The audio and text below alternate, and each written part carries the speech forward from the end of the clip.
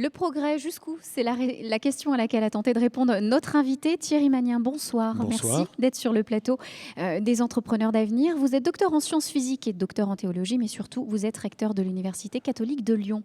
Alors quelques mots sur l'Université catholique, quel est votre public et surtout vos missions?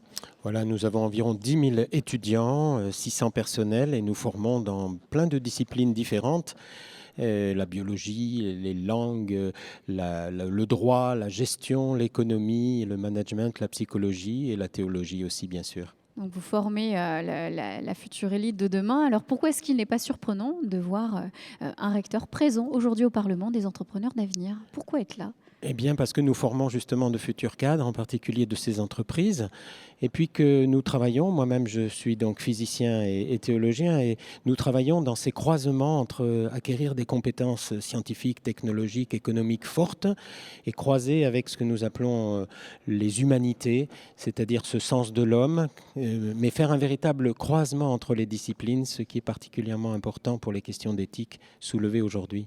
Alors, vous avez répondu aux organisateurs du Parlement en disant oui, j'accepte de prendre part aux tables rondes. Vous êtes intervenu sur la dernière table ronde de la journée, Le Progrès jusqu'où. Vous aviez à vos côtés Franck Debouc, directeur de l'École centrale de Lyon, également Laurent Alexandre, qui lui est chirurgien urologue, mais impliqué au quotidien dans la santé, surtout son entreprise DNA Vision.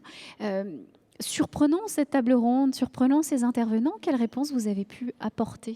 Eh bien, devant le cri assez alarmiste qui a été poussé, devant les dangers du transhumanisme en particulier, de l'utilisation des nanobiotechnologies, sciences de l'information et sciences cognitives, en effet, c'est périlleux, hein, ça donne la chair de poule par Ça moment. fait peur. Ça peut faire peur. Qu'est-ce qu'on fait devant ça ?